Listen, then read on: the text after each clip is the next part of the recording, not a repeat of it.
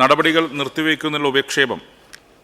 കേരള യൂണിവേഴ്സിറ്റിയുടെ കാര്യവട്ടം ക്യാമ്പസിൽ KSU നേതാവായ സാൻജോസിനെ SFIയുടെ നേതൃത്വത്തിൽ മർദ്ദിച്ചതുമൂലം വിദ്യാർത്ഥി സമൂഹത്തിനും രക്ഷിതാക്കൾക്കും ആശങ്ക ഉളവായിട്ടുള്ളതായി പറയപ്പെടുന്ന സാഹചര്യം ചർച്ച ചെയ്യുന്നതിനായി നടപടികൾ നിർത്തിവെക്കണമെന്ന ഉപക്ഷേപം പരിഗണനക്കെടുക്കണമെന്നാവശ്യപ്പെട്ട് Sarvashri M. Vincent, NA Nellikkunnu, Mons Joseph, Anoop Jacob, Mani C. Kappan, Shrimati KK Rema എന്നീ ബഹുമാനപ്പെട്ട അംഗങ്ങൾ റൂൾ 50 പ്രകാരം നോട്ടീസ് നൽകിയിട്ടുണ്ട്. ബഹുമാനപ്പെട്ട മുഖ്യമന്ത്രി. സർ, തിരുവനന്തപുരം സിറ്റിയിലെ ശ്രീകാര്യം പോലീസ് സ്റ്റേഷൻ പരിധിയിലുള്ള കേരള സർവകലാശാലയുടെ കാര്യവട്ടം ക്യാമ്പസിൽ 2/7/2014 രാത്രിയും പിറ്റേന്ന് പുലർച്ചെ ശ്രീകാര്യം പോലീസ് സ്റ്റേഷന് മുന്നിലും 2 വിഭാഗം വിദ്യാർത്ഥികൾ തമ്മിൽ സംഘർഷം നടന്നതിൽ പോലീസ് കേസുകളെടുത്ത് അന്വേഷിച്ചു വരുന്നു. 2/7/2024 രാത്രി കാര്യവട്ടം മെൻസ് റിസർച്ച് ഹോസ്റ്റലിൽ പുറത്തു നിന്നുള്ള ഒരാൾ പ്രവേശിച്ചത് കാരണമുണ്ടായ തർക്കമാണ് സംഘർഷത്തിലേക്ക് നയിച്ചതായി റിപ്പോർട്ട് ചെയ്തിട്ടുള്ളത്.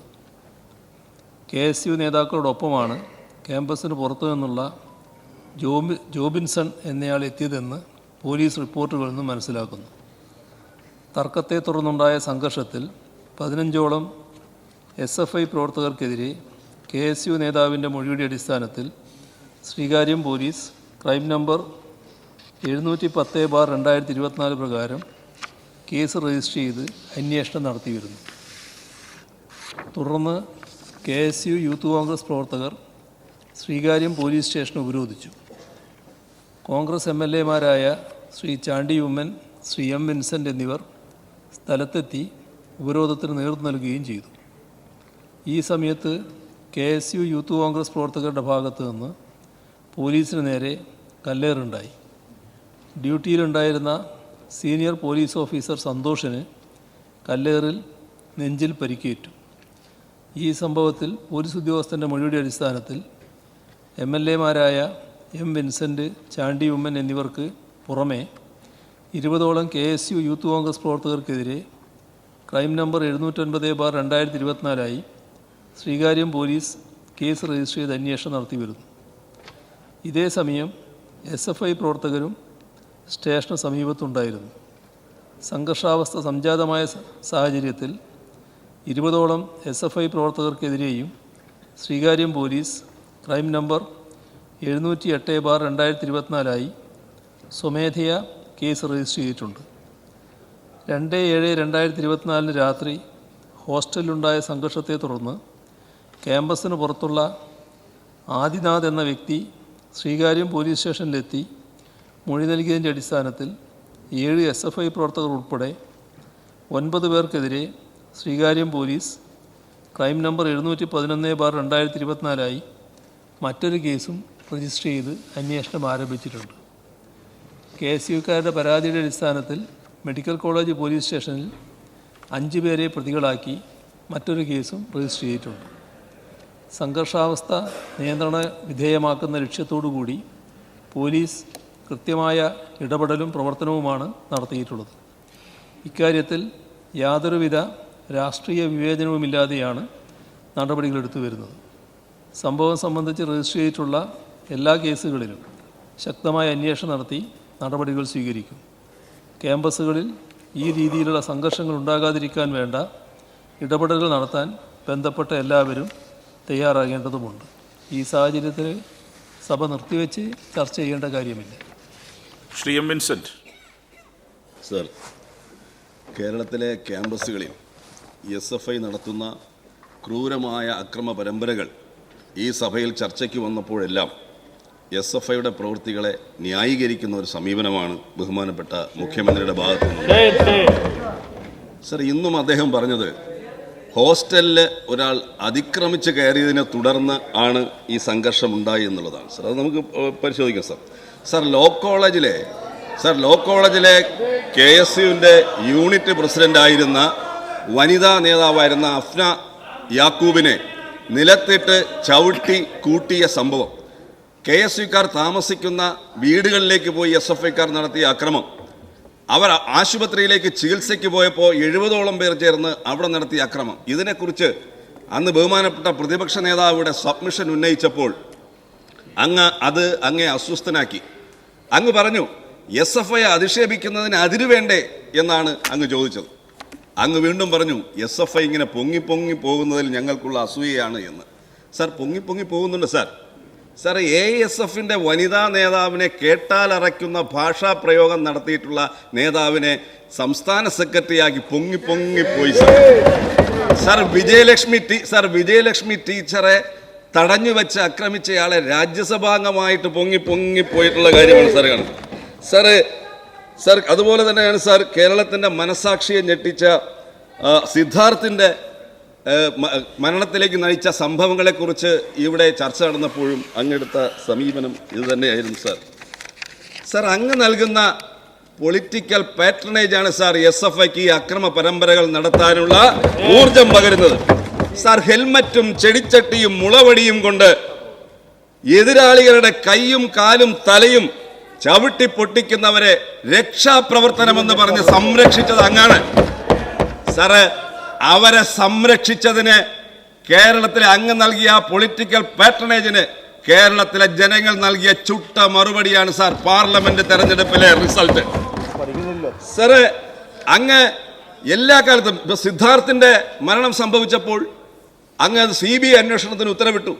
പക്ഷെ അതോടൊപ്പം തന്നെ പ്രതികൾക്ക് പരീക്ഷ എഴുതാനുള്ള സഹായം വെറ്റിനറി സർവകലാശാലയും ഭരണകൂടവും ചെയ്തു കൊടുത്തു എന്നുള്ള ഓർക്കണം സാർ. 25-ാം തീയതി ഹൈക്കോടതിയുടെ ഉത്തരവ് വരികയാണ് സാർ. ആ ഹൈക്കോടതിയുടെ ഉത്തരവ് വന്നതിന് കാരണം സർവകലാശാല കേസിൽ യഥോചിതം ഇടപെടാത്തത് കൊണ്ടാണ് സാറേ. വെറ്റിനറി കൗൺസിൽ ഓഫ് ഇന്ത്യയുടെ നോംസ് അനുസരിച്ച് 75% ഹാജരില്ലാത്ത ആളുകൾക്ക് പരീക്ഷ എഴുതാൻ കഴിയില്ല സാർ. അങ്ങനെ ആ കാര്യം കോടതിയെ ബോധ്യപ്പെടുത്താൻ വെറ്റിനറി സർവകലാശാല പരാജയപ്പെട്ടു. 26-ാം തീയതിയിലെ പരീക്ഷയ്ക്ക് 25-ാം തീയതി ഉത്തരവ് വരുമ്പോൾ രാത്രി സർവകലാശാല ഒന്നടങ്കം ഉണർന്ന് പ്രവർത്തിക്കുകയാണ്. ആ ഉണർന്ന് പ്രവർത്തിച്ചതിന്റെ അടിസ്ഥാനത്തിൽ മണ്ണുത്തിയിലേക്ക് പരീക്ഷാ കേന്ദ്രം അനുവദിക്കുന്നു. 2 ടീച്ചർമാരെ ഇൻവിജിലേറ്റർമാരായിട്ട് നിയോഗിക്കുന്നു. അടുത്ത ദിവസം രാവിലെ 26-ാം തീയതി രാവിലെ സർവകലാശാല ഉത്തരവിറങ്ങുകയാണ് സാർ. റോക്കറ്റ് വേഗത്തിലാണ്. ആ ഉത്തരവിൽ പറഞ്ഞിരിക്കുന്നത് പ്രത്യേക പരിഗണന നൽകിയാണ് ഈ നിർദ്ദേശങ്ങളെന്നും നിലവിലെ ചട്ടങ്ങൾക്കും നിയന്ത്രണങ്ങൾക്കുമുള്ള ഇളവായി എടുക്കേണ്ടതില്ലെന്നും ഉത്തരവ് പറയുന്നു സാർ. ദിവസങ്ങളോളം പട്ടിണിക്കിട്ട് ആഹാരം കൊടുക്കാതെ നോട്ടീസിലേക്ക് വരൂ. ബഹുമാനപ്പെട്ട അംഗം നോട്ടീസിൽ പറഞ്ഞ കാര്യമല്ല പറയുന്നത്. സമയം കൃത്യസമയത്ത് ഓഫ് ചെയ്യും സാർ. അവർക്ക് എന്ത് പരിഗണനയാണ് കൊടുക്കേണ്ടത്? അങ്ങ് സാർവദേശീയ കാര്യങ്ങൾക്ക് പോയാൽ കൃത്യസമയത്ത് ഓഫ് ചെയ്യേണ്ടി വരും.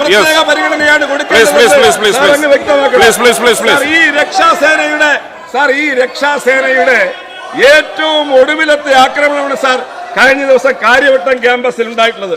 KSUവിന്റെ തിരുവനന്തപുരം ജില്ലാ സെക്രട്ടറി സാൻ ജോസ് ഭക്ഷണം കഴിഞ്ഞതിന് ശേഷം അദ്ദേഹത്തിന്റെ സുഹൃത്ത് ക്യാമ്പസിൽ കൊണ്ടുവന്ന് ക്യാമ്പസിലെ സെന്റർ സർക്കിളിലാക്കി. അയാൾ തിരിച്ചു പോകുമ്പോൾ തന്നെ ആ ക്യാമ്പസിലുണ്ടായിരുന്ന റിസർച്ച് യൂണിയന്റെ ചെയർമാൻ ഒറ്റപ്പാലം മുൻ MP-യുടെ മകനും അജയ്കുമാറിന്റെ മകനുമായിട്ടുള്ള അജയ് ഫോണിൽ വിളിച്ച് പറയുകയാണ് ഒരുത്തൻ വരുന്നുണ്ട്, തടഞ്ഞോളണം. അയാളെ പുറകെ പോവുകയാണ് 3 ബൈക്ക്. അയാളെ തടഞ്ഞു നിർത്തി ബൈക്കിന്റെ കീ ഊരിയെടുക്കാൻ. എന്നിട്ട് ഫോണിലൂടെ ഈ അദ്ദേഹത്തിന്റെ സുഹൃത്ത് ജോബിൻസ് നമ്മുടെ സാൻ ജോസിനെ വിളിച്ചു പറയുന്നു എന്നെ തടഞ്ഞു വെച്ചിരിക്കുന്നു. സാൻ ജോസ് ഗ്രൗണ്ടിനടുത്തേക്ക് പോയപ്പോൾ 30ഓളം SFIക്കാർ തടഞ്ഞു വെച്ചിരിക്കുന്നു. ആ സാൻ ജോസിനെ കണ്ട ഉടൻ തന്നെ SFIയുടെ നേതാവ് അഭിജിത്ത് ആക്രോശിക്കുകയാണ്. ഇവനെ പൊക്കി ഹോസ്റ്റൽ റൂമിൽ കൊണ്ടിടുക എന്ന് പറയുകയാണ് സാറ്. അയാളെ കഴുത്തിൽ കുത്തിപ്പിടിച്ച് വലിച്ചിഴച്ച് സാൻ ജോസിനെ റിസർച്ച് ഹോസ്റ്റലിലേക്ക് കൊണ്ടുപോവുകയാണ് സാർ. അഭിമന്യു എന്ന SFIക്കാരൻ സാൻ ജോസിന്റെ കഴുത്ത് ഞെരിച്ചു. ശ്വാസം കിട്ടാതെ കൈയും കാലും പിടച്ചപ്പോൾ സാൻ ജോസിന്റെ തല ഗ്രില്ലിൽ ഇടിക്കുകയാണ് സാർ. അവിടെ വെച്ച് മർദ്ദിച്ചു. അല്പം കഴിഞ്ഞപ്പോൾ സാൻ ജോസിന്റെ സുഹൃത്തിനെയും കൂടി സാൻ ജോസിന്റെ സുഹൃത്തുക്കളെ കൂടി അവിടെ കൊണ്ടുവരികയാണ് സാർ. അവിടെ കൊണ്ടുവന്നിട്ട് SFIയുടെ ED റൂമിലേക്കാണ് കൊണ്ടുപോകുന്നത് സാർ. ED മുറിയിലേക്കാണ് കൊണ്ടുപോകുന്നത് സാർ. കാര്യവട്ടം ക്യാമ്പസിലെ ED മുറിയുടെ നമ്പർ 121 സാർ.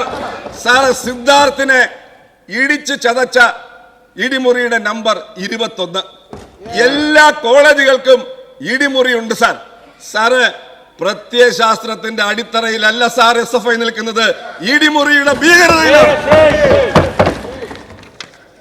സാറ്. ഈ 121 നമ്പർ മുറിയിൽ കസേരയിൽ ഇരുത്തി എന്നിട്ട് വിചാരണ തുടങ്ങുകയാണ്. സാർ ഇഷ്ടപ്പെടാത്ത മറുപടി കേൾക്കുമ്പോ ബൂട്ടിട്ട് ചവിട്ടുകയാണ്. ചവിട്ടി കസേരയോടുകൂടി മറിഞ്ഞു വീഴുന്നു. ഇവിടെ ഒരു തെറ്റവർ തിരുത്തി.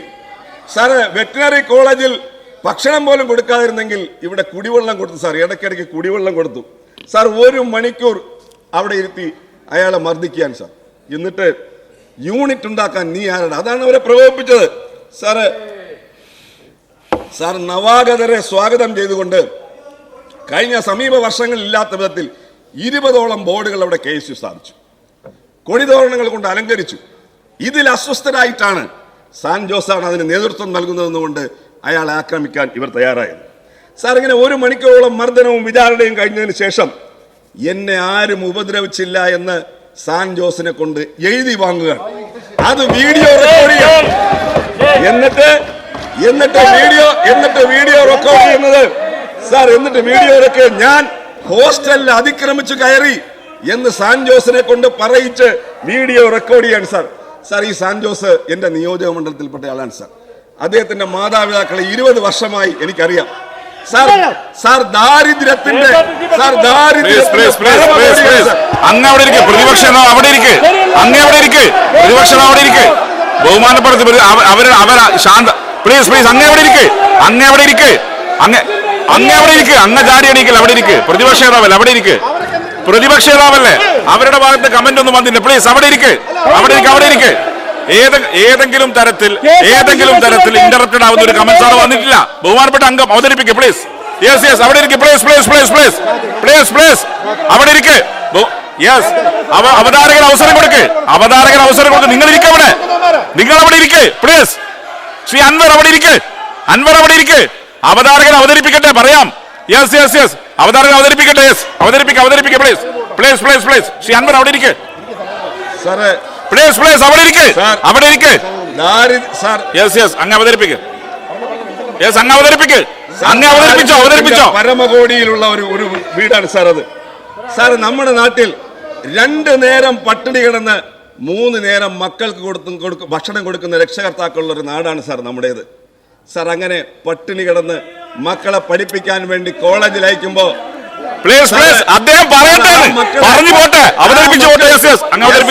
യുടെ ആക്രമണങ്ങൾക്കിരയായാൽ അവരുടെ ഉള്ളുപടയും സാർ. അവരുടെ ഹൃദയം തകർന്നു പോകും സാർ.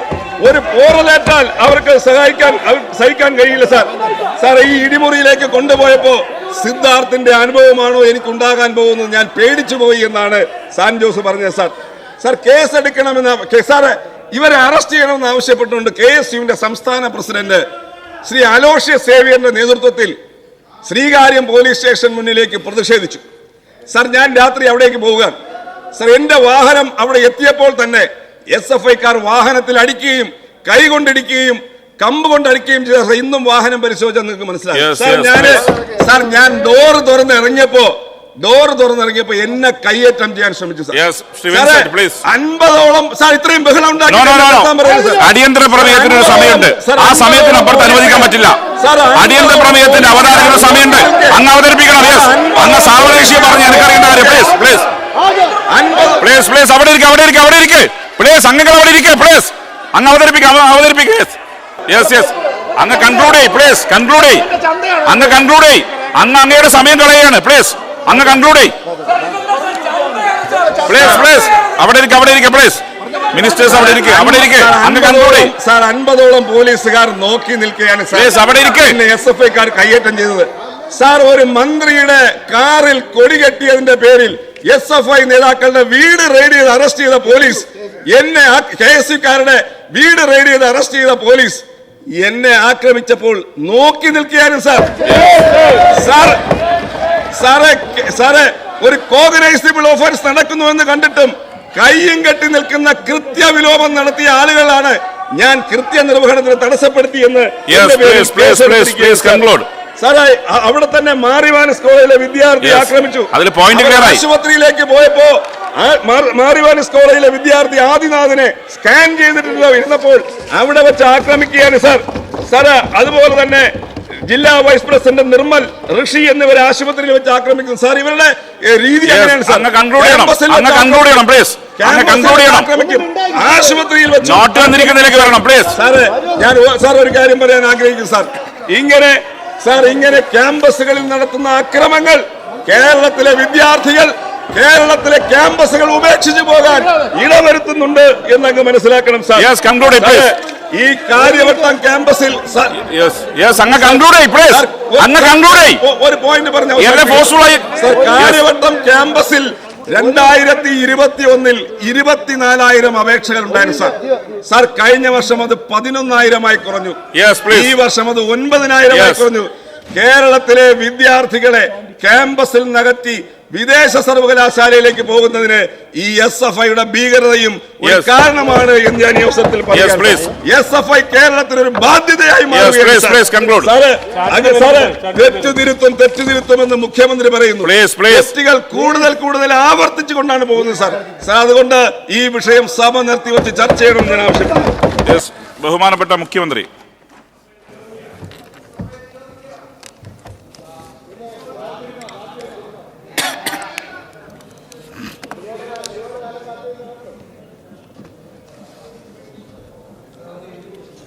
സർ, ഇവിടെ ബഹുമാനായ വിൻസെൻ്റ് പറഞ്ഞത്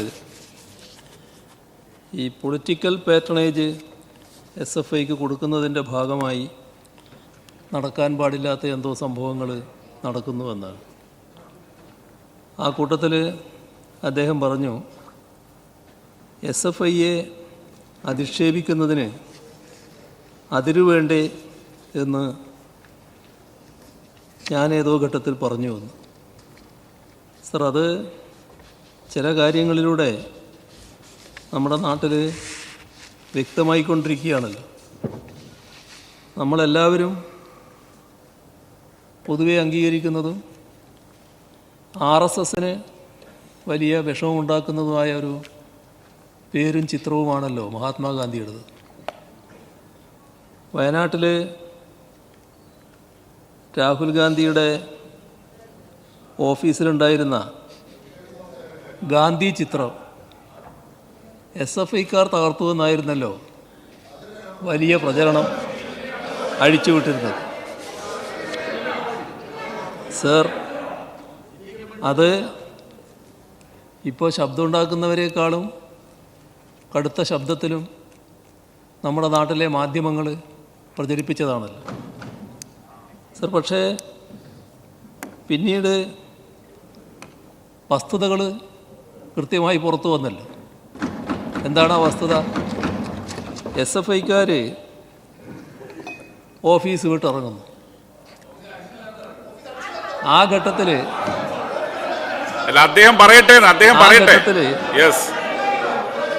ഗാന്ധി ചിത്രം അവിടെയുണ്ട് സർ. ആ ഓഫീസിൽ കയറിയ SFIക്കാർ മുഴുവൻ അവിടെ നിന്ന് ഇറങ്ങുന്ന സമയത്ത് ഗാന്ധി ചിത്രത്തിനൊരു കേടുമില്ല. ഗാന്ധി ചിത്രം അവിടെയുണ്ട്. അപ്പോൾ അതിനുശേഷം ഗാന്ധി ചിത്രം തകർക്കപ്പെട്ടു. സർ, ആരാണ് ഗാന്ധി ചിത്രം തകർത്തതപ്പോൾ? അവിടെയുള്ളത് കോൺഗ്രസ്സുകാർ മാത്രമാണ്. ഗാന്ധി ചിത്രം തകർത്തതിൻ്റെ പേരിൽ എന്താണ് പറയാനുള്ളത്? നിങ്ങൾ എന്തിന് ഗാന്ധി ചിത്രം തകർക്കാൻ പോയി? നാണം കെട്ട രീതിയിൽ പിന്നെ അതിനെ ന്യായീകരിക്കാൻ നോക്കുക. നാണം കെട്ട രീതിയിൽ അംഗീകരിക്കല്ല വേണ്ടത്, അതിനെ ന്യായീകരിക്കല്ല വേണ്ടത്. അങ്ങനൊരു അബദ്ധം പറ്റിയെന്ന് പറയാ വേണ്ടത്.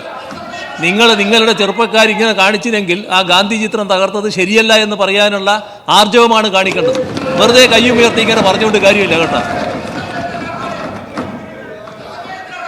സർ. അടുത്ത ദിവസമാണല്ലോ നമ്മുടെ AKG സെൻറ്റർ ആക്രമണ കേസിലുള്ള ഒരു ആളെ അറസ്റ്റ് ചെയ്തു. എന്തായിരുന്നു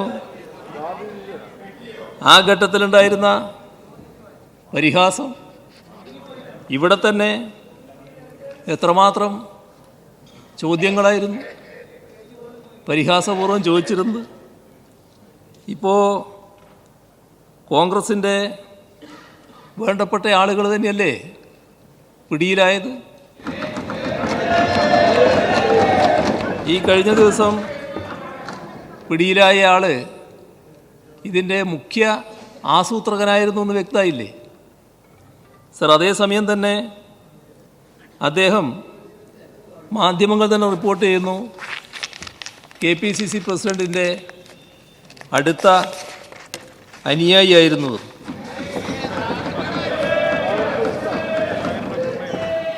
ഞാനൊരു ദിവസം വിമാനത്തിൽ സഞ്ചരിക്കുമ്പോൾ അവിടെ ആ വിമാനത്തിൽ വെച്ച് ആക്രമിക്കാൻ ശ്രമമുണ്ടായല്ലോ.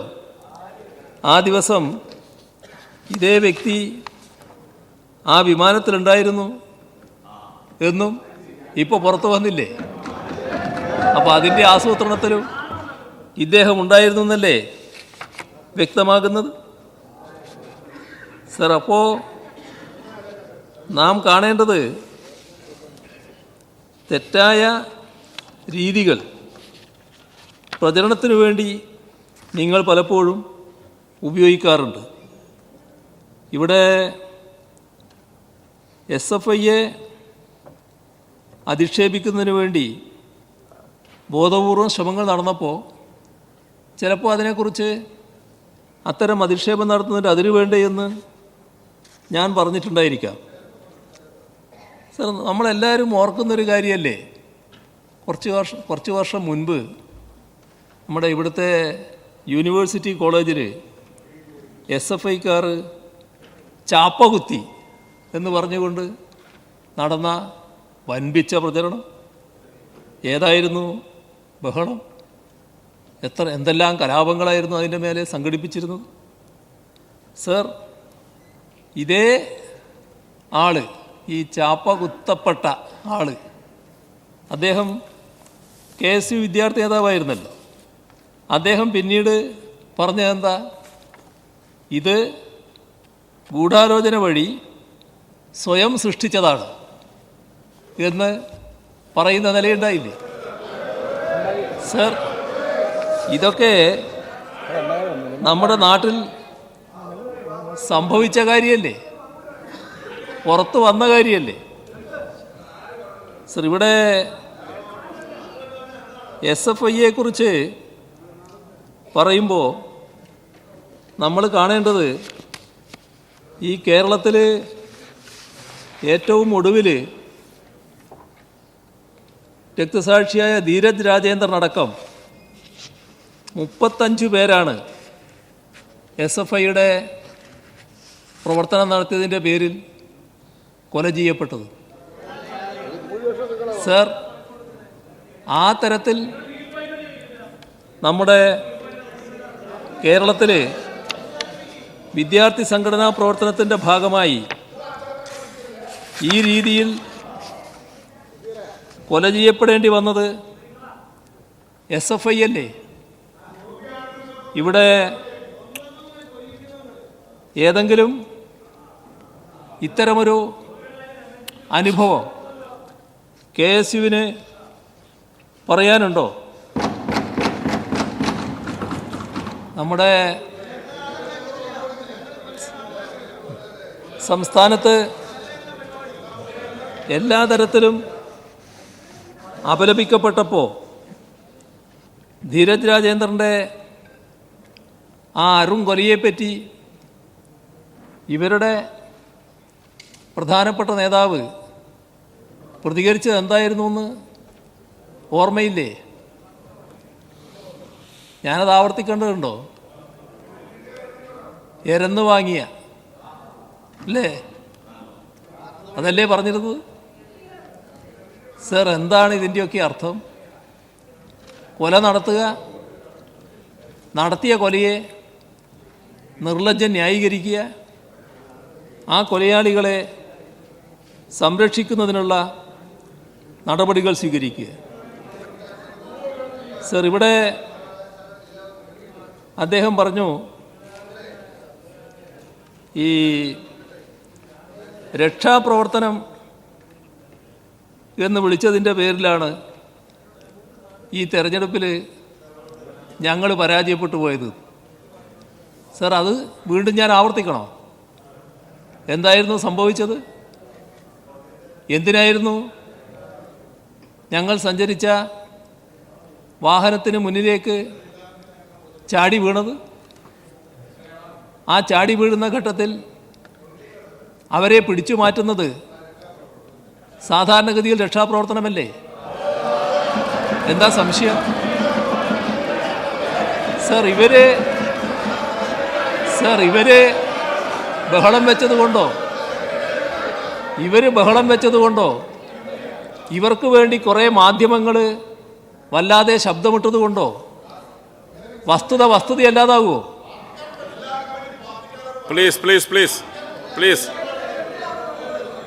സർ, ഇവിടെ ഞങ്ങളെപ്പറ്റി പ്രചരിപ്പിക്കുന്ന വാർത്തകൾ എന്താണെന്നുള്ളത് ഇന്നലെ മനസ്സിലായല്ലോ. ഇന്നലെ മാതൃഭൂമി പത്രം കൊടുത്തില്ലേ ഒരു വാർത്ത? EP ജയരാജൻ എന്ന് പറയുന്ന ആള് ആ കമ്മിറ്റിയിൽ സംസാരിക്കാത്ത ആളാ. നാണം വേണ്ടേന്ന് ഇങ്ങനത്തെ ഓരോന്നും എടുത്ത് നടത്താൻ. എന്നിട്ട് അങ്ങനെ ഓരോന്ന് എഴുന്നേൽപ്പിച്ച് നടക്കുകയാണ്. ആ മാധ്യമ വാർത്തയും കൊണ്ടാണ് ഇപ്പോൾ എടുത്ത് നടക്കുന്നത്. അപ്പോൾ ഞാൻ പറഞ്ഞു വന്നത് ഈ നമ്മുടെ രക്ഷാപ്രവർത്തനത്തെ പറ്റിയാണല്ലോ. അത് തന്നെ പറയട്ടെ. അത് കേൾക്കുമ്പോൾ എന്താണ് ഇവർക്ക് ഇത്ര വിറളി? ഇവർക്ക് സന്തോഷമല്ലേ വേണ്ടി വന്നാൽ അതിൻ്റെ ഭാഗമായി ഞങ്ങൾ പരാജയപ്പെട്ടു പോയെങ്കിൽ അത് ഞാൻ വീണ്ടും പറയുമ്പോൾ ഇവർക്ക് സന്തോഷമല്ലേ വേണ്ട? ഇവരെന്തിനാണ് വെപ്രാളപ്പെട്ട് ചാടിക്കൊണ്ടിരിക്കുന്നത്? സർ, ഞങ്ങളുടെ വാഹനത്തിന് മുന്നിലേക്ക് ഈ ആളുകൾ ചാടി വീഴുകയാണ്. ആ ചാടി വീഴുന്നവരെ പിടിച്ചു മാറ്റുന്നു. ആ പിടിച്ചു മാറ്റുന്നത് യഥാർത്ഥത്തിൽ അവരുടെ ദേഹത്ത് തട്ടാതിരിക്കാൻ വേണ്ടിയുള്ളതല്ലേ? അതല്ലേ ഞാൻ പറഞ്ഞത്? അതെങ്ങനെ കുറ്റകരമാവും? ഞാൻ കണ്ട വസ്തുത പറയാൻ ഞാൻ ബാധ്യസ്ഥനല്ലേ? ഞാൻ കാണാത്ത വസ്തുതയെക്കുറിച്ച് പിന്നെ ഞാനെങ്ങനെ പറയൂ?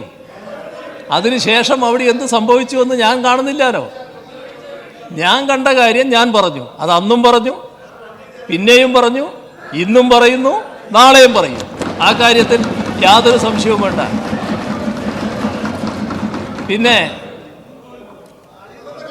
വാർത്തകൾ കൈയടിക്കണ്ടേ തീരുമാനിച്ചോളൂ. അത് വേറെ. അത് നിങ്ങൾ തീരുമാനിക്കണ്ട. കൈയടിക്കേണ്ട സമയത്ത് കൈയടിച്ചോളൂ. കേട്ടില്ലേ? അതിന് നിങ്ങളുടെ ശുപാർശ വേണ്ട. നിങ്ങളൊന്നും പറഞ്ഞിട്ട് കൈയടിക്കുന്നവരുമല്ല അവർ. അത് മനസ്സിലായിക്കോ. നിങ്ങൾ ഏർപ്പാട് ചെയ്ത് വെച്ചാൽ മതി. ആ ഏർപ്പാട് നിങ്ങളുടെ കൂട്ടത്തിലേ ഉള്ളൂ, ഞങ്ങളുടെ കൂട്ടത്തിലില്ല. നിങ്ങൾ മനസ്സിലാക്കേണ്ടത്, നിങ്ങളിപ്പോൾ എന്തോ കുറേ മാധ്യമങ്ങൾ കുറേ വാർത്തകൾ ഇങ്ങനെ പ്രചരിപ്പിച്ചപ്പോൾ ഞങ്ങളാകെ അങ്ങ് തീർന്നു പോകുകയാണെന്ന് ധരിക്കല്ലേ? ആ വ്യാമോഹമൊന്നും വേണ്ട കേട്ടോ. ഏതെല്ലാം തരത്തിലുള്ള മാധ്യമ വേട്ട നേരിട്ടാണ് ഞങ്ങളൊക്കെ ഇവിടെ നിൽക്കുന്നതെന്നറിയോ? ഞാൻ വീണ്ടും അതിൻ്റെ കഥകളിലേക്ക് പോകണോ? അതിൻ്റെ പിന്നിൽ നിങ്ങളുടെ പലരും ഉണ്ടായിരുന്നില്ലേ? അപ്പോൾ അതുകൊണ്ടൊന്നും തകർന്നു പോകുന്ന ഒരു കൂട്ടരല്ല ഞങ്ങൾ. യഥാർത്ഥത്തിലുള്ള കാര്യങ്ങൾ ജനങ്ങളുടെ മുന്നിൽ പറയുക, അതാണ് പ്രശ്നം. ഇവിടെ ബഹുമാനപ്പെട്ട വിൻസെൻ്റ് പറയുമ്പോൾ സിദ്ധാർത്ഥൻ്റെ കൊലപാതകവുമായി ബന്ധപ്പെട്ട് ഫലപ്രദമായ നടപടികളാണ് സർക്കാർ സ്വീകരിച്ചത്. അതിൻ്റെ ഭാഗമായുള്ള കേസ് ശരിയായ രീതിയിൽ തന്നെ കൈകാര്യം ചെയ്തു. ആ കേസിൽ പിന്നീട് CBI അന്വേഷണം വേണമെന്ന് പറഞ്ഞു, CBIക്ക് കൊടുത്തു. CBI അതേ വഴി തന്നെയല്ലേ സ്വീകരിച്ചത്? അതിലെന്തെങ്കിലും പുതിയ കാര്യങ്ങളുണ്ടായോ? ഈ നേരത്തെ നടന്ന അന്വേഷണത്തെ ഏതെങ്കിലും നേരത്തെ തള്ളിപ്പറഞ്ഞു? ശരിയായ രീതിയിലല്ലേ അന്വേഷണം നടന്നത്? പിന്നെ അവർക്ക് പരീക്ഷ എഴുതാൻ അനുമതി കിട്ടിയിട്ടുണ്ടെങ്കിൽ അത് കോടതി യൂണിവേഴ്സിറ്റി എല്ലാം കൂടി തീരുമാനിക്കുന്ന കാര്യമാണ്. അത് ഗവൺമെൻറ്റുമായിട്ട് ബന്ധപ്പെട്ട ഒരു പ്രശ്നമല്ല. വിദ്യാർത്ഥികൾ പഠിച്ച് കേസിൽപ്പെട്ടതിൻ്റെ ഭാഗമായി പരീക്ഷ എഴുതാൻ പാടില്ല എന്ന് യൂണിവേഴ്സിറ്റിയും കോടതിയും തീരുമാനിക്കേണ്ടതാണെങ്കിൽ പരീക്ഷ എഴുതില്ല. പരീക്ഷ എഴുതണമെന്ന് അവർ തീരുമാനിച്ചാൽ പരീക്ഷ എഴുതും. അത് യൂണിവേഴ്സിറ്റിയുടെയും കോടതിയുടെയും കാര്യമാണ്. അതിൽ ഗവൺമെൻറ് എങ്ങനെയാണ് ഉത്തരവാദിത്വം വരുന്നത്? ഇവിടെ നമ്മുടെ പ്രധാനപ്പെട്ട സ്ഥാപനങ്ങളിൽ ഇടിമുറി, സർ, ഇടിമുറിയിലൂടെ വളർന്നു വന്ന പ്രസ്ഥാനമല്ല SFI. ഈ കേരളത്തിലെ വിവിധ കലാലയങ്ങളിലും നമ്മുടെ വിദ്യാഭ്യാസ സ്ഥാപനങ്ങളിലും നിറഞ്ഞു നിന്ന സംഘടനയായിരുന്നില്ലേ KSU? ഓർമ്മയില്ലേ? നിങ്ങളിൽ ചിലർക്ക് ഓർമ്മയുണ്ടാവില്ല, ചെറുപ്പക്കാർക്ക്. മറ്റുള്ളവർക്ക് ഓർമ്മയുണ്ട്. തിരുവഞ്ചൂരിനൊക്കെ നല്ല ഓർമ്മയുള്ളത് അതിൻ്റെ കാര്യങ്ങൾ. അത് ഓർമ്മയില്ലേ? നിറഞ്ഞു നിന്നായിരുന്നില്ലേ? എങ്ങനെയാണ് നിങ്ങൾ ശോഷിച്ചു പോയത്? എങ്ങനെയാണ് ഇന്നത്തെ അവസ്ഥയിലേക്ക് എത്തിയത്? ഇന്നത്തെ അവസ്ഥയിൽ എങ്ങനെ എത്തി? ഇതല്ലേ ആലോചിക്കേണ്ടത്. ഇടിമുറിയിലൂടെയാണോ? നിങ്ങൾ നടത്തിയ ആക്രമണങ്ങളെ വിവിധ തലങ്ങളിൽ നേരിട്ടുകൊണ്ട് തന്നെയല്ലേ SFI വളർന്നു വന്നത്? ആ SFIയുടെ വളർച്ച പടിപടിയായിട്ടല്ലേ ഇവിടെ ഉണ്ടായിട്ടുള്ളത്? ഏതെങ്കിലും ഒരു ദിവസം ഉണ്ടായതാണോ? പെട്ടെന്നങ്ങ് സംഭവിച്ചതാണോ? എന്തെല്ലാം അതിക്രമങ്ങൾ അതിൻ്റെ ഭാഗമായി നേരിടേണ്ടി വന്നു. അതിനിടക്കല്ലേ ഞാൻ നേരത്തെ പറഞ്ഞ എണ്ണം 35 ധീരരായ സഖാക്കൾ അവരുടെ ജീവൻ വെടിയുന്ന അവസ്ഥ സൃഷ്ടിക്കേണ്ടി വന്നത്. അതിന് പലതിനും കാരണക്കാരായവർ, അതിൻ്റെ രാഷ്ട്രീയ കാരണക്കാർ നിങ്ങളല്ലേ പലതിനും. ഓർക്കണ്ടേ? അത് തകർന്നുപോയോ ആ പ്രസ്ഥാനം? ആ നിറഞ്ഞു നിൽക്കുന്ന പ്രസ്ഥാനത്തെ വല്ലാതെ താറടിച്ച് കാണിക്കേണ്ടത് നിങ്ങളെ ആവശ്യമായിരിക്കാം. നിറഞ്ഞു നിൽക്കുന്ന ഒരു പ്രസ്ഥാനമാകുമ്പോൾ ചില നടക്കാൻ പാടില്ലാത്ത ചില കാര്യങ്ങൾ നടക്കുന്നുണ്ടെങ്കിൽ അതിനെ ന്യായീകരിക്കൽ ഞങ്ങളുടെ പണിയിൽപ്പെട്ടതല്ല. അതും നിങ്ങൾ മനസ്സിലാക്കണം. തെറ്റായ കാര്യങ്ങൾ സംഭവിക്കുന്നുണ്ടെങ്കിൽ അത് തെറ്റാണ് എന്ന് തന്നെ പറയും. നേരത്തെയും പറഞ്ഞിട്ടുണ്ട്. നിങ്ങളിവിടെ ചില കാര്യങ്ങൾ പറയുമ്പോൾ ഒച്ചയിട്ടില്ലേ? ആ സംഭവത്തിലും പറഞ്ഞിട്ടുണ്ട്. തെറ്റായ കാര്യങ്ങൾ തെറ്റാണ് എന്ന് തന്നെ പറഞ്ഞിട്ടുണ്ട്. ആ തെറ്റ് തിരുത്തിച്ചിട്ടുമുണ്ട്. അതാണ് ആ സംഘടനയുടെ പ്രത്യേകത. അങ്ങനെയൊരു വലിയ അനുഭവ സമ്പത്തോടെ പ്രവർത്തിച്ചു കൊണ്ടിരിക്കുന്ന ഒരു സംഘടനയല്ലേ അത്. വീഴ്ചകളുണ്ടോ, കുറവുകളുണ്ടോ? വിദ്യാർത്ഥി ജീവിതമാണ്.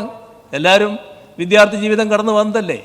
ആ പ്രായത്തിലുണ്ടാകുന്ന എന്തെങ്കിലും പ്രശ്നങ്ങളുണ്ടെങ്കിൽ അത് പരിഹരിക്കുന്നതിന് അതേ രീതിയിൽ തന്നെയുള്ള നടപടികൾ സ്വീകരിച്ചുകൊണ്ട് നമുക്ക് മുന്നോട്ട് പോകാവുന്നതാണ്. ഇവിടെ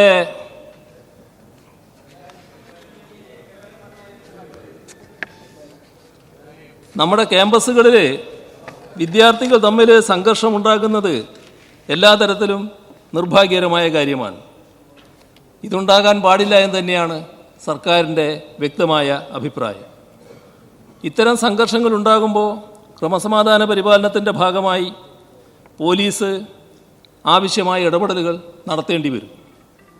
ക്യാമ്പസുകളിൽ സംഘർഷാവസ്ഥ സംജാതമാകുന്ന സ്ഥിതി ഉണ്ടാകാതിരിക്കാൻ വിദ്യാർത്ഥി സംഘടനകളും വിദ്യാഭ്യാസ സ്ഥാപനങ്ങളിലെ അധികൃതരും ആവശ്യമായ പരിശ്രമങ്ങൾ നടത്തേണ്ടതുണ്ട്. സർ, സംഘർഷങ്ങൾ ഉണ്ടാകുമ്പോൾ അതിനെ സങ്കുചിത രാഷ്ട്രീയ കാഴ്ചപ്പാടോടുകൂടി മാത്രം കണ്ടുകൊണ്ട് ഒരു പ്രത്യേക വിദ്യാർത്ഥി സംഘടനയെ താറടിക്കാനുള്ള തത്രപ്പാട്, അത് പ്രശ്നങ്ങളെ ഒന്നുകൂടി വഷളാക്കാനാണ് ഇടയാക്കുക. സംഘർഷത്തിന് ഉത്തരവാദി ആരാണ്? സംഭവങ്ങളുടെ നിജസ്ഥിതി എന്താണ്?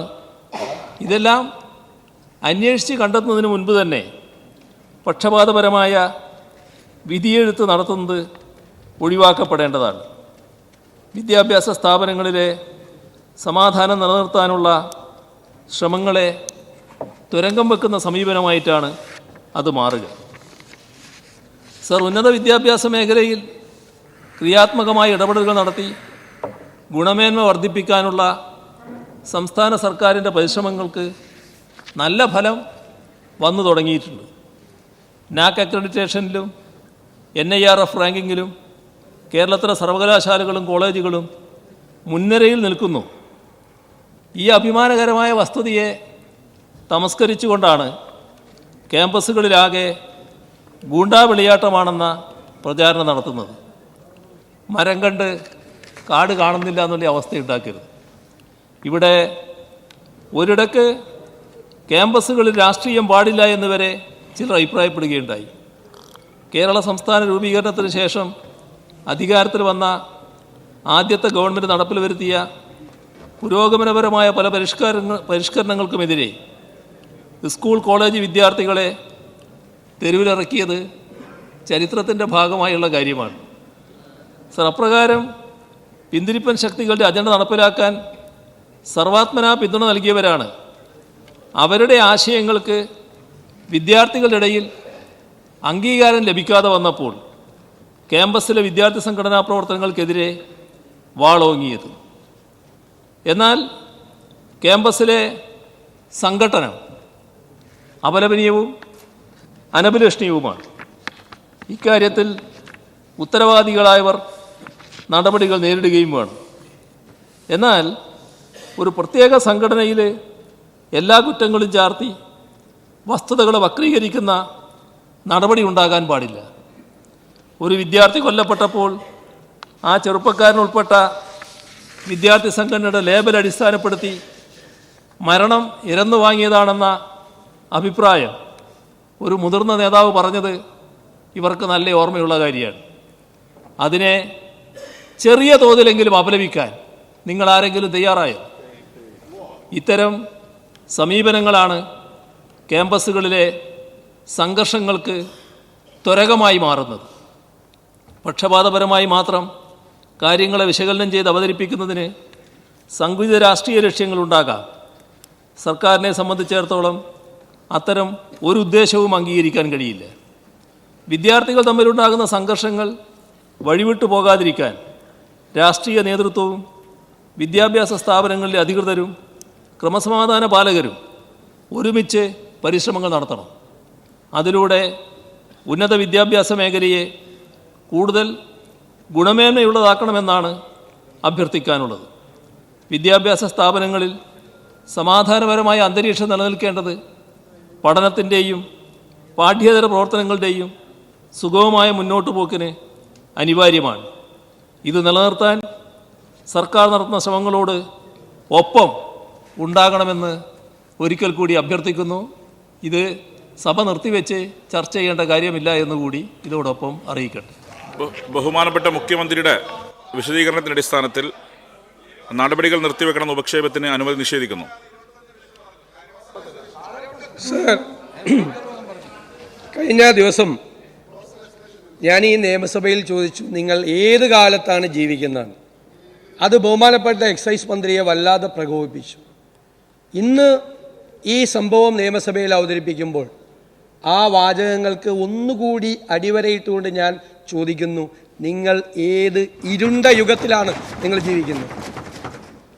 ഞങ്ങളിവിടെ പറഞ്ഞു, ഈ ക്രിമിനലുകൾക്ക് പൊളിറ്റിക്കൽ പേട്രണേജ് കൊടുക്കുന്നത് മുഖ്യമന്ത്രിയാണ്, മുഖ്യമന്ത്രിയുടെ വാക്കുകളാണ്. സാർ, ഞങ്ങൾ വീണ്ടും അടിവരയിട്ട് പറയുന്നു, മുഖ്യമന്ത്രിയുടെ ഇന്നത്തെ നിയമസഭാ പ്രസംഗം ക്യാമ്പസുകളിൽ വീണ്ടും അക്രമികൾ കഴിഞ്ഞാടുന്നതിന് വേണ്ടിയിട്ടുള്ള പൊളിറ്റിക്കൽ പേട്രണേജാണ് മുഖ്യമന്ത്രി പരസ്യമായിട്ട് ഇവിടെ നൽകിയത്. സാർ,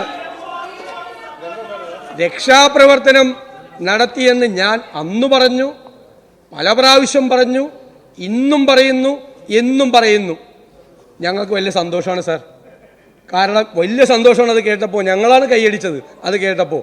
കാരണം നിങ്ങൾ മാറില്ല, നിങ്ങൾ തിരുത്തില്ല എന്നുള്ള മുഖ്യമന്ത്രിയുടെ ഉറച്ച പ്രഖ്യാപനമായിരുന്നു അത്. ആ രക്ഷാപ്രവർത്തനം ആവർത്തിച്ച് പറഞ്ഞത്. അതായത് എന്ത് വൃത്തികേടും കാണിക്കാൻ, എന്ത് ക്രിമിനൽ നടപടികളും കാണിക്കാൻ, ആരെയും വേട്ടയാടാൻ, ആരെയും തല്ലിക്കൊല്ലാൻ കുറേ ആളുകൾക്ക് കൊടുത്തിരിക്കുന്ന ലൈസൻസ് അത് കേരളത്തിലെ മുഖ്യമന്ത്രി തന്നെ കൊടുക്കുന്നത് കേരളത്തിലെ ജനങ്ങൾ കാണട്ടെ സാർ, അവർ വിലയിരുത്തിക്കോട്ടെ. ഇവിടെ ഒരു ചെറുപ്പക്കാരനെ, ഒരു കുടുംബത്തിൻ്റെ മുഴുവൻ പ്രതീക്ഷയായ ഒരു ചെറുപ്പക്കാരനെ കോളേജ് ഹോസ്റ്റലിൽ വെച്ച് ആൾക്കൂട്ട വിചാരണ നടത്തി തല്ലിക്കൊന്ന് കെട്ടിത്തൂക്കിയപ്പോൾ അതെങ്ങനെയാണ് സാർ സാർവദേശീയ സംഭവമാകുന്നത്? അതെങ്ങനെയാണ് സാർവദേശീയ സംഭവമാകുന്നത്? സാർ, ഒരു MLA ഒരു പോലീസ് സ്റ്റേഷനിൽ തൻ്റെ നിയോജക മണ്ഡലത്തിലെ ഒരു കുട്ടി ഇരുണ്ട മുറിയിൽ അടികൊണ്ട് ആശുപത്രിയിൽ കൊണ്ടുപോകുന്നതിന് പകരം പോലീസ് സ്റ്റേഷനിലേക്ക് കൊണ്ടുപോയപ്പോൾ ആ MLA, 2 MLAമാർ ശ്രീ M. വിൻസെന്റും ശ്രീ ചാണ്ടി ഉമ്മനും ആ പോലീസ് സ്റ്റേഷനിലെത്തിയപ്പോൾ 50 പോലീസുകാരുടെ മുമ്പിൽ വെച്ച് ഈ MLA M. വിൻസെന്റിനെ കയ്യേറ്റം ചെയ്യുമ്പോൾ അതെങ്ങനെയാണ് സാർ സാർവദേശീയ സംഭവമാകുന്നത്? മുഖ്യമന്ത്രിയാണ് ഈ ചോദ്യങ്ങൾക്കൊന്നും മറുപടി പറയാൻ പറ്റാത്ത വേറെ കുറെ സംഭവങ്ങളിലേക്ക് പോയത്. സാർ, ഞങ്ങളുടെ ചോദ്യം, ഒരു ഇരുണ്ട മുറിയിൽ കൊണ്ടുപോയി ഒരു വിദ്യാർത്ഥി നേതാവിനെ ക്രൂരമായി മർദ്ദിക്കുന്നു, കസേരയിൽ ഇരുത്തി വിചാരണ നടത്തി. ഈ സിദ്ധാർത്ഥിന്റെ സംഭവം ഉണ്ടായിട്ട് പോലും സാർ ഞങ്ങൾ വിചാരിച്ചത് ഈ സിദ്ധാർത്ഥിന്റെ സാർ ഇങ്ങനെ തടസ്സപ്പെടുത്തുന്നു. സാർ, ഈ സിദ്ധാർത്ഥിന്റെ സംഭവം ഉണ്ടായപ്പോൾ സാർ അത് ഇനി കേരളത്തിൽ അത്തരം ഒരു സംഭവം ആവർത്തിക്കില്ല എന്നാണ് കേരളത്തിന്റെ മനസാക്ഷി കരുതിയത്. സാർ, വീണ്ടും അതിന്റെ വേദന മാറുന്നതിന് മുമ്പ് വീണ്ടും ഒരു ചെറുപ്പക്കാരനെ കസേരയിലിരുത്തി ആൾക്കൂട്ട വിചാരണ നടത്തി അവന്റെ തല കമ്പിയിലിടിപ്പിച്ച് അവനെ ഷൂ വെച്ച് ചവിട്ടിക്കൂട്ടി ക്രൂരമായി മർദ്ദിച്ചു. ആ ശ്വാസം മുട്ടി പിടയുന്ന സമയത്ത് ഞാൻ സിദ്ധാർത്ഥിനെ ഓർത്തുപോയി എന്നാണ് സാൻജോസ് പറഞ്ഞത്. സാർ, ആരാണ് സാർ ഈ ലൈസൻസ് ഒരു ക്യാമ്പസിലെ ഹോസ്റ്റലിലെ ഇരുണ്ട മുറിയിൽ കൊണ്ടുപോയി ഇതുപോലെ ക്രൂര കൃത്യം ചെയ്യാൻ സാർ ആരാണ് അനുവാദം കൊടുത്തിട്ടുള്ളത്?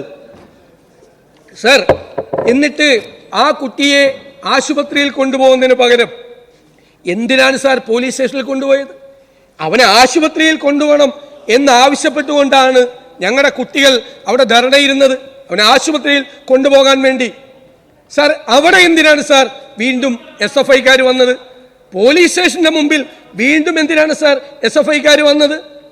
അപ്പൊ ഇവരിങ്ങനെ നടക്കുകയാണ് സാർ. ഇവരെ ആശുപത്രിയിൽ കൊണ്ടുപോയി വെളുപ്പാങ്കാലത്ത് 5 മണിക്ക് മെഡിക്കൽ കോളേജ് ആശുപത്രിയിൽ വെച്ച് അവരെ വീണ്ടും ക്രൂരമായി മറ്റു കുട്ടികളെ മർദ്ദിച്ചു, ഇവരുടെ കൂടെ ഉണ്ടായിരുന്നത്. അപ്പോൾ ഹോസ്റ്റലിൽ, പോലീസ് സ്റ്റേഷന്റെ മുന്നിൽ, വീണ്ടും മെഡിക്കൽ കോളേജ് ആശുപത്രിയിൽ ഈ ക്രിമിനലുകൾ ഇങ്ങനെ പുറകെ നടന്നു ഇവരെ ഇങ്ങനെ ഉപദ്രവിച്ച സംഭവത്തെക്കുറിച്ചാണ് ഒരു മുഖ്യമന്ത്രി നിയമസഭയിൽ ഇങ്ങനെ മറുപടി പറഞ്ഞത്. സർ, ഇവിടെ ഇത് നിങ്ങളുടെ നെറികെട്ട രാഷ്ട്രീയത്തിന്റെ ഇൻകുബേറ്ററിൽ വിരിയിച്ചെടുക്കുന്ന ഈ ഗുണ്ടാപ്പട നിങ്ങളെ കൊണ്ടേ പോവുള്ളൂ, ഒരു സംശയവും വേണ്ട, നിങ്ങളെ കൊണ്ടേ പോവുള്ളൂ. സാർ, ഇവിടെ മുഖ്യമന്ത്രി കുറെ കാര്യം പറഞ്ഞല്ലോ, എനിക്കതിന് മറുപടി പറയണമല്ലോ. സാർ, ഇവിടെ അലിഖിത നിയമവാഴ്ചയാണ്, പ്രാകൃത ശിക്ഷാരീതിയാണ്. സിദ്ധാർത്ഥിന്റെ കേസിൽ പോലീസ് കൊടുത്ത റിമാൻഡ് റിപ്പോർട്ട് ഹോസ്റ്റലിൽ അലിഖിതമായ നിയമവാഴ്ചയാണെന്നാണ്, എന്തും ചെയ്യാൻ പ്രാകൃതമായ ശിക്ഷാ നടപടികളാണെന്നാണ്. എന്നിട്ടാണ് ന്യായീകരിക്കുന്നത്. നിങ്ങളുടെ പോലീസാ റിമാൻഡ് റിപ്പോർട്ടിൽ സാർ എഴുതി കൊടുത്തത്. സാർ, ഇവിടെ കഴിഞ്ഞ ദിവസം കൊയിലാണ്ടിയിലെ ഗുരുദേവ കോളേജിൽ പ്രിൻസിപ്പലിന്റെ മുഖത്തല്ലടിച്ച്, എന്നിട്ട് ഒരു SFI ഏരിയ സെക്രട്ടറി പ്രസംഗിക്കുകയല്ലേ. സാർ, എന്റെ പ്രസംഗം തടസ്സപ്പെടുത്താൻ പറ്റില്ല, ഞാൻ ഈൽഡ് ചെയ്യുന്നില്ല. സാർ,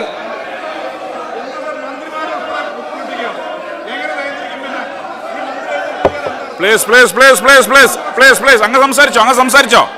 അങ്ങക്ക് ഇന്ററപ്ഷൻ. ഞാൻ വഴങ്ങുന്നില്ല, ഞാൻ സംസാരിക്കാം.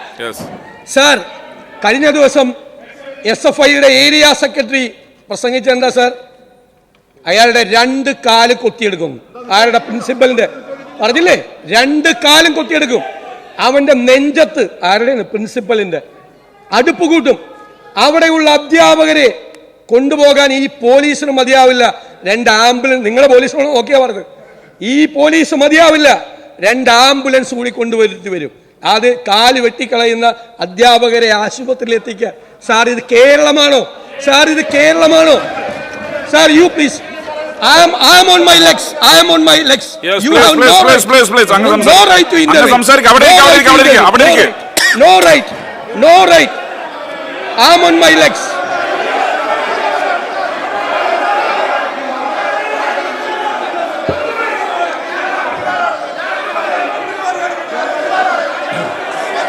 പ്ലീസ്, അങ്ങ് സംസാരിച്ചോ.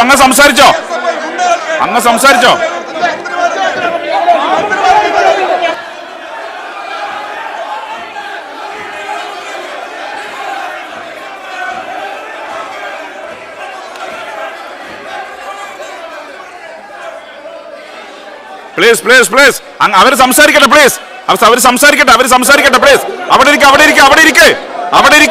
പ്ലീസ്, അവിടെ ഇരിക്കെ.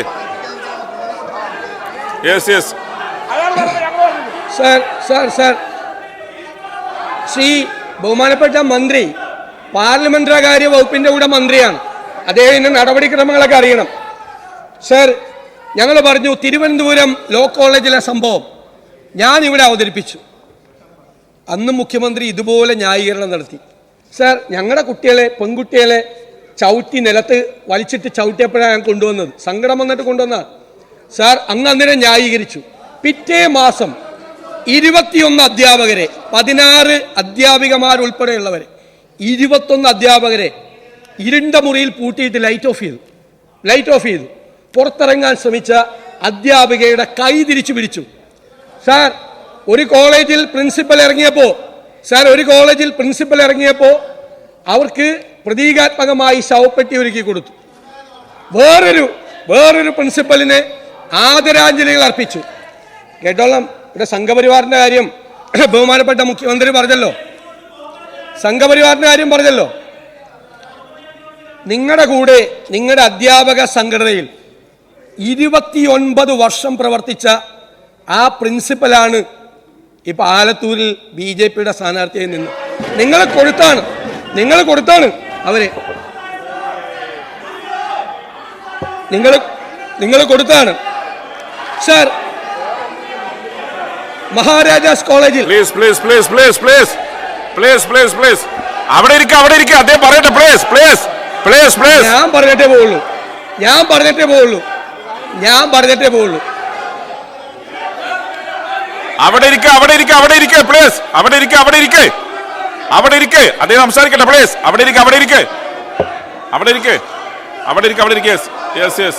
മുഴുവൻ പറഞ്ഞിട്ടേ ഞാൻ പോവുള്ളൂ. 9 മിനിറ്റ്. സാർ, മഹാരാജാസ് കോളേജിൽ ഇതുപോലെ നിങ്ങളിരിക്കും. എന്താണ് സാർ, ഒരു മര്യാദ വേണം, മന്ത്രിയായ ഒരു മര്യാദ വേണം ആദ്യം. സാർ, മഹാരാജാസ് കോളേജിൽ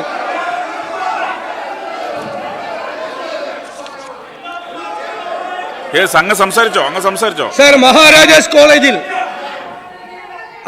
പ്രിൻസിപ്പലിന്റെ കസേര പുറത്തു കൊണ്ടുപോയി കത്തിച്ചു. അതിനേക്കാളും നല്ല പ്രിൻസിപ്പലിനെ കത്തിക്കുന്നതായിരുന്നു. പ്രതീകാത്മകമായി ചെയ്താണ്.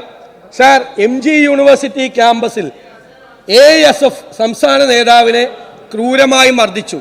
SFI നേതാക്കൾ പറഞ്ഞ വാക്കുകൾ എനിക്കിവിടെ പറയാൻ പറ്റില്ല, അൺപാർലമെന്ററിയാണ്. സാർ, ജനയുഗം എഴുതിയെന്താ? ഫാസിസ്റ്റ് കഴുകൻ കൂട്ടങ്ങളെന്നാണ്. മുഖ്യമന്ത്രി ഇപ്പോൾ ന്യായീകരിച്ച ഈ വിദ്യാർത്ഥി സംഘടനയെക്കുറിച്ച് റവന്യൂ മന്ത്രിയുടെ പത്രമായ ജനയുഗം എഴുതിയത് ഫാസിസ്റ്റ് കഴുകൻ കൂട്ടങ്ങളെന്നാണ്. പിന്നെ രാഹുൽ ഗാന്ധിയുടെ ഓഫീസിലെ ഗാന്ധി ചിത്രം തകർത്തു. ഈ SFIക്കാര് രാഹുൽ ഗാന്ധിയുടെ ഓഫീസ് അടിച്ചു തകർത്തത് ആ പോയ പോക്കിൽ ഗാന്ധിയുടെ ചിത്രത്തിന് മാലയിടാൻ വേണ്ടി പോയതാണോ?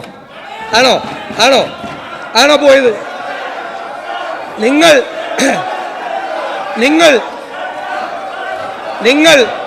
സംഘപരിവാറിനെ സന്തോഷിപ്പിക്കാൻ വേണ്ടി ചെയ്താണ്. സംഘപരിവാറിനെ സന്തോഷിപ്പിക്കാൻ വേണ്ടി ചെയ്താണ്.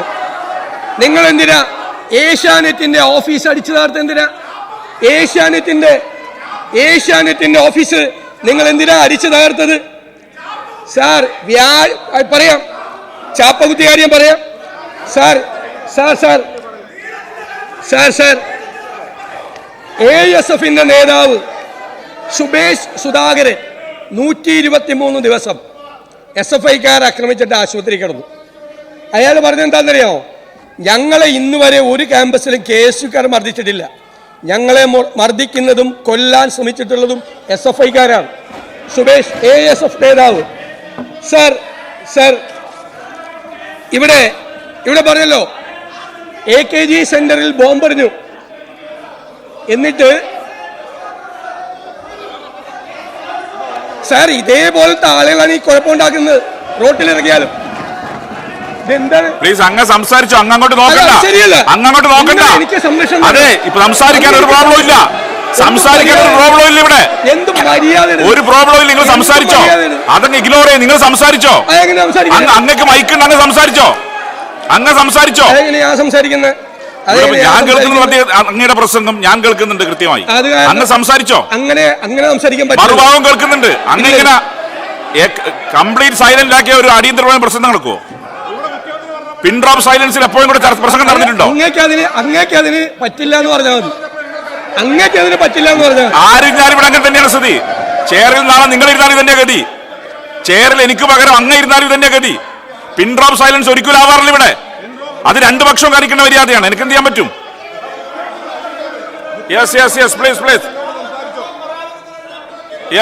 പ്ലീസ് അങ്ങ് പറഞ്ഞോ.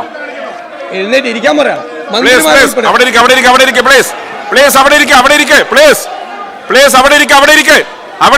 ഞാൻ എല്ലാം പറഞ്ഞിട്ടേ പോകുള്ളൂ. മുഖ്യമന്ത്രി ചോദിച്ചു, AKG സെന്ററിൽ ബോംബർ ചെയ്തതിന് നിങ്ങൾ എന്തെല്ലാം വാർത്തകൾ വന്നു? സാർ, ഈ കേരളത്തിലെ കമ്മ്യൂണിസ്റ്റ് പാർട്ടിയുടെ സ്ഥാപകനാരാ? P. കൃഷ്ണപിള്ള. ആ സ്മാരകം തല്ലിത്തകർത്ത ആരാ? നിങ്ങൾ തന്നെയല്ലേ? നിങ്ങൾ തന്നെ.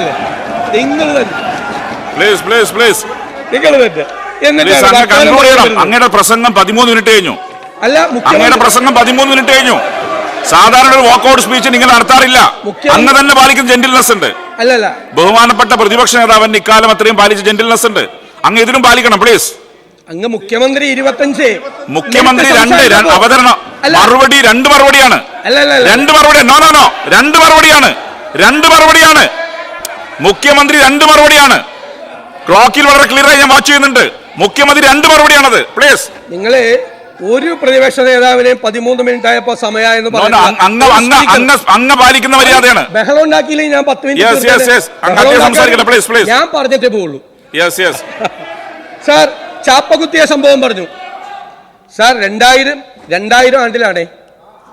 2000 നവംബർ 10 ചാപ്പകുത്തി. സാർ, ആ വിദ്യാർത്ഥി എവിടെയാണ് സാർ പറഞ്ഞേക്കുന്നത്? നിങ്ങളുടെ ദേശാഭിമാനിയിൽ ഒരു വാർത്ത വന്നു, അത് കോൺഗ്രസ് ഓഫീസിലെ ചാപ്പകുത്തിയെന്ന്. ആ വാർത്ത വായിച്ചിട്ട് ഇവിടെ ഒന്ന് പറയല്ലേ സാർ? ഒരു വാർത്തയില്ല. കാരണം നിങ്ങളിരിക്കി ദേശാഭിമാനിയിൽ വന്ന വാർത്തയാണ്. സാർ, ഇവിടെ നടക്കുന്നത് ഈ ക്യാമ്പസുകളിൽ മുഴുവൻ ഇടിമുറികൾ ഉണ്ടാക്കി പൈശാചികമായ വേട്ട നടത്തി എതിർ രാഷ്ട്രീയ പ്രവർത്തനം നടത്താൻ ആരെയും സമ്മതിക്കാതെ, ഞങ്ങളെ മാത്രമല്ല ASF ഉൾപ്പെടെ ആരെയും സമ്മതിക്കാതെ ക്യാമ്പസുകളിലെ ക്രിമിനലുകൾ അഴിഞ്ഞാടുകയാണ്. സാർ, മുഖ്യമന്ത്രി ഇന്ന് നടത്തിയ ഈ പ്രസ്താവനയോട് കൂടി കേരളത്തിലെ ക്യാമ്പസുകളിൽ ഇനി ഇവരെ നിയന്ത്രിക്കാൻ ഒരാളുമില്ലാത്ത അവസ്ഥയിലേക്ക് പോകാൻ. നിങ്ങൾ ക്രിമിനലുകളെ പ്രോത്സാഹിപ്പിച്ച നിങ്ങളുടെ കൈവിട്ടു പോകും. സാർ, ഞങ്ങൾ അതിശക്തമായി പ്രതിഷേധിക്കുകയാണ്. ഇതൊരു കാരണവശാലും ഇന്നത്തെ മുഖ്യമന്ത്രിയുടെ പ്രസ്താവന അങ്ങയുടെ സ്ഥാനത്തിന് നേരാത്താണ്. അങ്ങ് നവകേരള സദസ്സിനെ കുറിച്ച് പറഞ്ഞു. നവകേരള സദസ്സിൽ നിങ്ങൾക്ക് ആ നവകേരള സദസ്സ് യാത്ര ചെയ്തപ്പോ നിങ്ങൾക്ക് തോന്നി നിങ്ങൾ തെരഞ്ഞെടുക്കപ്പെട്ട മുഖ്യമന്ത്രിയാണ്, ജനങ്ങൾ തെരഞ്ഞെടുത്ത്. നിങ്ങൾക്ക് തോന്നി നിങ്ങൾ മഹാരാജാവാണെന്ന് തോന്നി. നിങ്ങളോട് ഞങ്ങൾ പറയുന്നു, നിങ്ങൾ മഹാരാജാവല്ല, നിങ്ങൾ കേരളത്തിന്റെ മുഖ്യമന്ത്രിയാണ്. സർ, ഞാൻ മഹാരാജാവൊന്നുമല്ല. ഞാൻ ജനങ്ങളുടെ ദാസനാണ്. എല്ലാ കാലത്തും ജനങ്ങളോടൊപ്പമാണ്, ജനങ്ങളുടെ കൂടെയാണ് നിന്നിട്ടുള്ളത്. ജനങ്ങൾക്ക് വേണ്ടി എന്തും ചെയ്യും. ജനങ്ങൾക്ക് വേണ്ടിയാണ്, ജനങ്ങളുടെ കൂടെയാണ്, ജനങ്ങളുടെ ദാസനാണ്. നിങ്ങൾ അധികാരം കയ്യിൽ വന്നപ്പോ അമിതമായ അധികാരം ഉപയോഗിച്ച് ഈ ആളുകളെ മുഴുവൻ, പാവപ്പെട്ട കുഞ്ഞുങ്ങളെ തല്ലിക്കൊന്ന് കെട്ടിത്തൂക്കിയവനെ വരെ ന്യായീകരിച്ചപ്പോ, നിങ്ങൾ ആ കുട്ടികളെ മുഴുവൻ മർദ്ദിച്ചപ്പോൾ നിങ്ങൾ വിചാരിച്ചു നിങ്ങൾ മഹാരാജാവാണെന്ന്. നിങ്ങൾ മഹാരാജാവല്ല, നിങ്ങൾ മഹാരാജാവല്ല എന്നാണ് കേരളം നിങ്ങളെ ഓർമ്മപ്പെടുത്തിയത്. സാർ, അതാണ് നിങ്ങൾ ധരിക്കേണ്ടത്. എന്നെ കൊണ്ട് പറയിപ്പിക്കും. പ്രതിപക്ഷ നേതാവ് അങ്ങ് വാക്കൗട്ട് ചെയ്യുന്നുണ്ടോ? പ്രതിപക്ഷ വാക്കൗട്ട് ചെയ്യുന്നുണ്ടോ? പ്ലീസ്.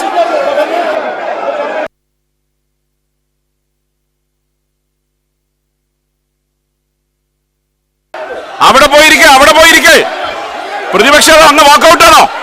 എന്താണ് വാക്കൗട്ടാണോ? എന്താന്ന് പറയരുതാ. അവരിരിക്കട്ടെ, നിങ്ങൾ അവിടെ പോയിരിക്കെ. ഒന്ന് അവിടെ പോയിരിക്കെ. എന്താ നിങ്ങളുടെ ഉദ്ദേശം? എന്താ? വാക്കൗട്ടാണോ?